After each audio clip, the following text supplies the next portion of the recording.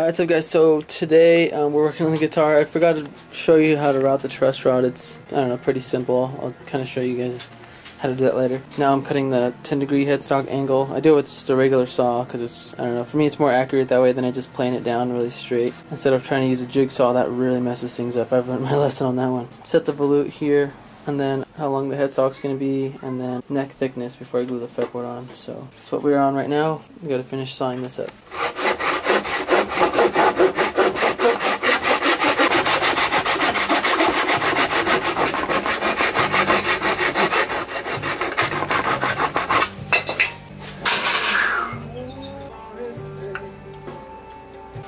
Some people are wondering, why do you do that by hand? Because I'm not at my shop that I got tools set up at, and it's just I just like doing it more by hand. So here's the cut, pretty dang straight for hand.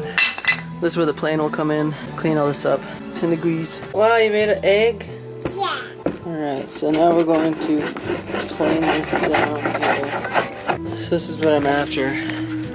Getting this shave right here all the way close to the nut line. So we just got some more parts in, so we get to unbox that too today. Woo! Okay, so we're gonna open this, and yeah, I don't even remember what I ordered. All I know is the fret cutter and some black paint for the back of the guitar. You want what? Guitar. Which is what we're gonna do for her soon. Gonna make a small scale guitar for Sadie. It's gonna be sweet. Yeah. So we're taking a break from the heat outside. It's not too bad out there actually. The wind is pretty nice. Oh yeah, I got gold strap locks. Whoa. Yes? Because these work with my other strap locks, so that's good. A nut for the new build, that's good. This is what I'm excited about. I'm pretty sure this is a fret cutter. Dang, it feels big. Crap, they are huge. I expected like something like this big, you know, clippers, but look at that. This is for the back of the guitar. So, got some gloss black guitar lacquer. It's pretty sweet.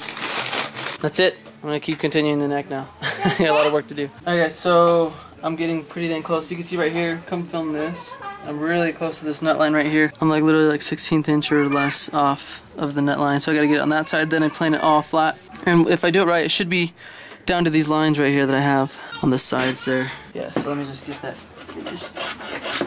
Alright, so after I basically routed the truss rod, I drill a tiny little bit of hole here so I can keep this piece of wood up top and install the truss rod, put some tape over it. Anyway, so then after that's done, before I cut anything else out, I cut this side of the headstock, and then what I'm going to do is I plane it down so it's perfectly straight, and then I got to cut the thickness of the headstock I need for the tuners, and then I work on the volute as well.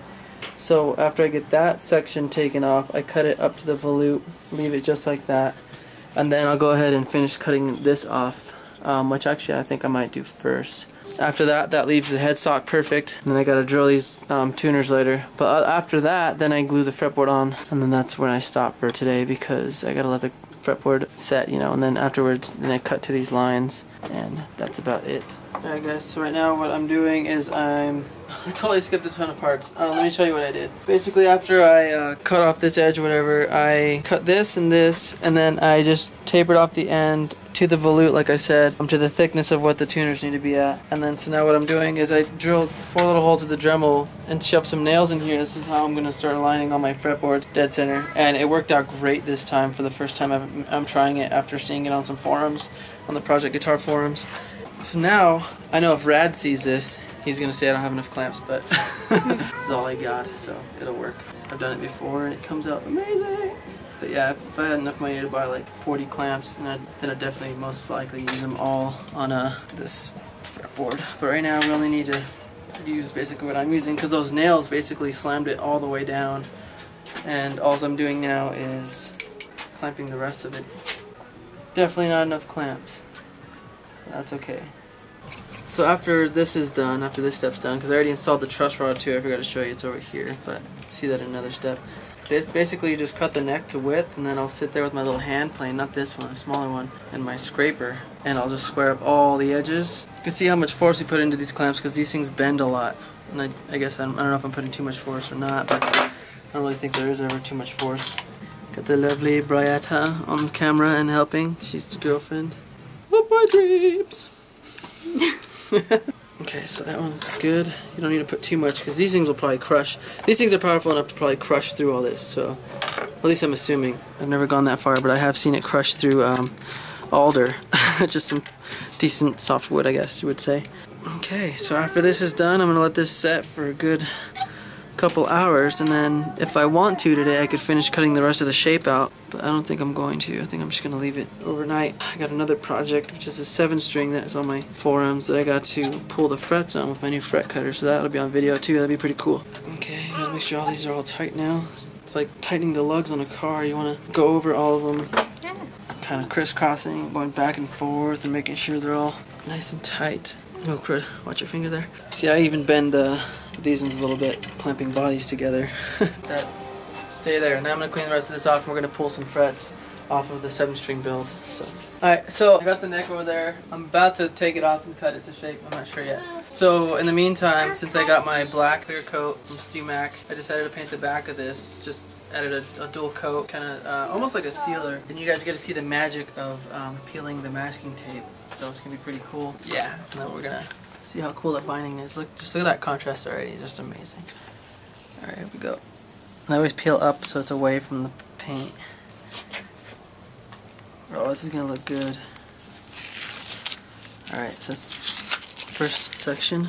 And then I got to do a full clear coat over the whole thing. Look at that. This is amazing. Oh, so nice. So nice. So now we're going to... Pink and black? Pink black top. Yeah, I'm pretty much glad I painted this black. I wasn't going to, but I don't think you can ever go wrong with black. It's a beauty, beauty. It's a beaut. Now this is where I take this whole chunk off all at once. Oh, missed two. Missed 2 small pieces.